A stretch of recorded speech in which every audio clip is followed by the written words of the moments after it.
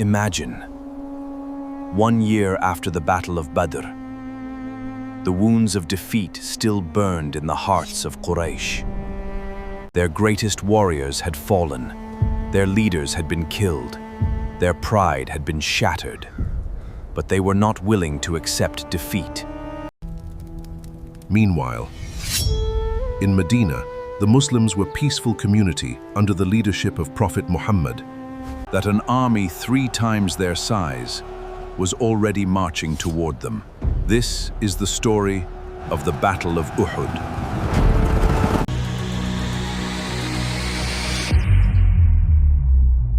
Welcome everyone to today's Explainer. We're kicking things off right in the thick of it. It's the 3rd year of Hijrah. Exactly 1 year has passed since the historic, total game changer of a victory at the Battle of Badr. And you know that win? It proved to everyone that true success isn't just a numbers game. It's about faith, it's about discipline, and yeah, divine help.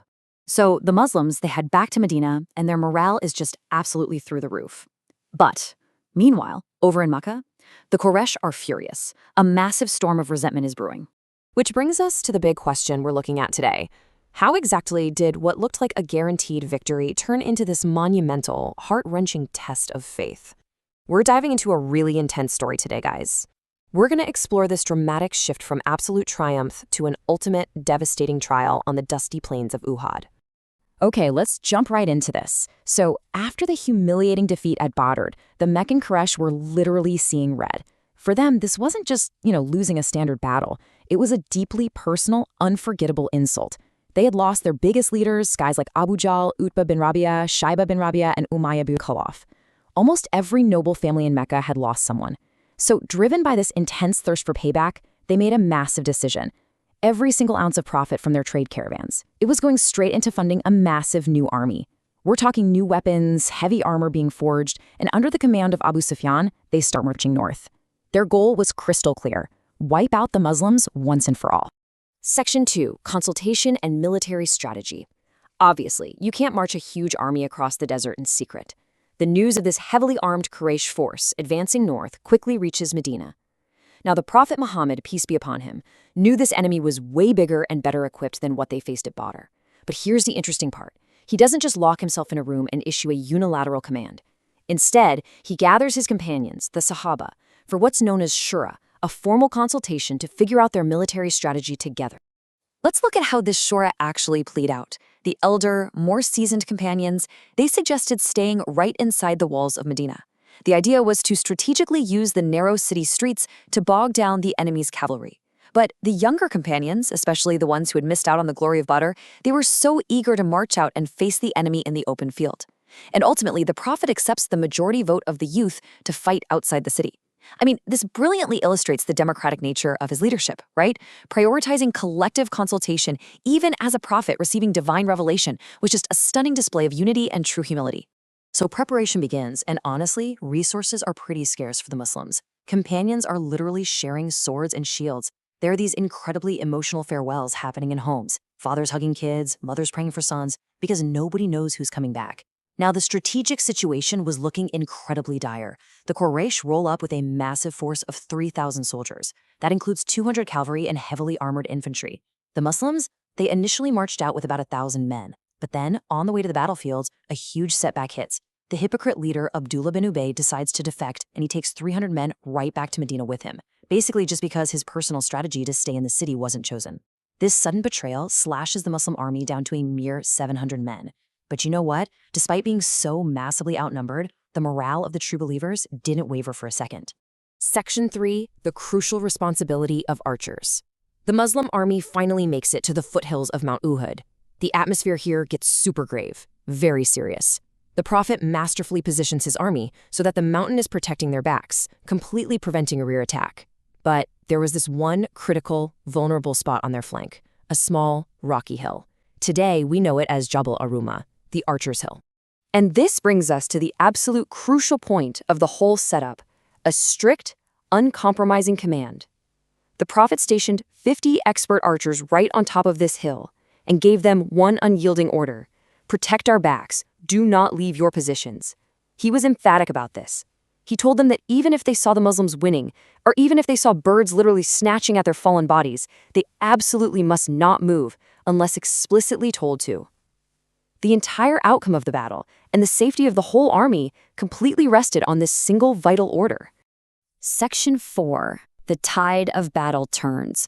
Okay, so the battle kicks off, and right out of the gate, the clash is incredibly fierce. The Muslim warriors are fighting with unparalleled bravery and momentum. Champions of the Quraysh are falling left and right. The Muslims are completely dominating these early moments, and suddenly, the massive Quraysh army actually starts to panic and retreat. They're dropping their flags, they're running away. Honestly, in these early moments, it looks like it's going to be another staggering absolute victory for the Muslims. But let's trace exactly how this builds into an absolute tragedy. So, watching the Quraysh turn tail and run, most of those 50 archers up on the hill make a tragic assumption. They think, hey, we won, the battle's over. Tempted by all the spoils of war being left behind on the field, they completely disobey the Prophet's explicit command and abandon their posts. Only their commander and a handful of others stay put. Down below, the brilliant Quraysh cavalry commander, Khalid bin Walid, who hadn't accepted Islam at this point, spots this fatal opening. He rapidly swings his cavalry all the way around that now empty hill, overwhelms the few remaining archers, and strikes the Muslim army directly from behind. In an absolute instant, the entire battlefield flips. Pure chaos erupts. The fleeing Quraysh soldiers see this cavalry attack and they immediately turn back around. Suddenly, the Muslims are completely trapped, getting hit simultaneously from the front and the rear. Swords are clashing, dust is totally blocking out the sun, and the Muslim ranks are just shattered. And right in the middle of this terrifying, disorienting disarray, a false rumor spreads like wildfire. The Prophet has been martyred. This right here marks the absolute lowest, most dangerous, and paralyzing moment of the entire battle for the Muslims. But the Prophet was alive. He was injured, for sure. His helmet was broken, he took wounds to his face, but he stood firm right there in the middle of the chaos. And it's in this desperate, incredibly perilous moment that we actually witness some of the most raw, reverent, and truly beautiful heroism in all of Islamic history, as his closest companions rush to his side. And this brilliantly illustrates the immense, self-sacrificing devotion the Sahaba had for him. You have Hazrat Talha, who literally defended the Prophet with his own body, taking countless blows until his hand was severely, permanently injured. Then there's Hazrat Abu Dujana, who turned his back to the enemy, making himself a human shield so that no arrows could reach the Prophet. And let's not forget the incredibly brave female companion, Hazrat Nusayba, who grabbed a sword and a shield, fighting fiercely through the absolute mayhem to protect him. Together, they basically formed a living, breathing, human shield. But amidst all this incredible heroism, there was also some devastating heartbreak. The Prophet's beloved uncle, Hazrat Hamza, a man so fierce he was known as the Lion of Allah, fought valiantly until he was tragically struck down from a distance by the spear of a highly skilled thrower named Washi. His martyrdom was an absolutely massive, irreplaceable emotional blow to the Muslims, and especially to the Prophet personally. Section 6. Great Lessons of the Battle of Uhud. So eventually, the Quraysh realized that they just couldn't entirely break that devoted Muslim core. They couldn't advance to capture Medina either, so they finally decided to pull back and retreat to Mecca. Yeah, they had inflicted some seriously heavy damage, but they totally failed to achieve their ultimate goal of wiping out Islam. As the dust finally settled, the Muslims were left standing on the blood-stained plains of Uhud, having to gather their fallen murderers and deeply, deeply reflect on everything that had just transpired. The cost of this battle was just immense. 70 brave companions laid down their lives that day. They were buried right there, together, at the foot of Mount Uhud. And to this day, their resting place serves as this incredibly powerful, gravity-filled reminder of what ultimate sacrifice, sincerity, and faith under unimaginable pressure really looks like. Following the battle, a truly profound revelation descended. Verse 144 of Surah Al-Imran asks the believers an incredibly piercing question. Muhammad is not but a messenger. If he died or was killed, would you turn back on your heels? This powerful verse served to remind the believers of something absolutely foundational. Islam relies entirely on Allah. The faith has to remain anchored in the Almighty, not merely dependent on a single personality, even one as deeply beloved as the Prophet. You see, the Battle of Uhud wasn't just a military engagement. It became this eternal classroom for the believers. The timeless takeaways are really profound. First, absolute obedience to the Prophet's commands is the ultimate key to success. I mean, just one single moment of indiscipline completely changed the fate of an entire army. Second, shura, or consultation, is vital. It unites the community and builds that sense of collective responsibility. And finally, hardships and severe setbacks, they aren't the end of the road. They are profound tests, specifically meant to purify and strengthen true faith.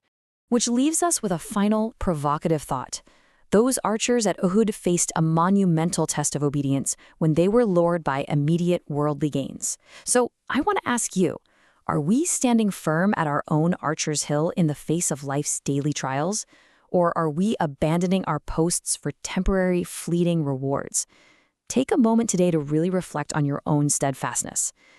Thank you so much for joining me for this explainer. I really hope these historical lessons leave you inspired and curious to dive in and learn even more.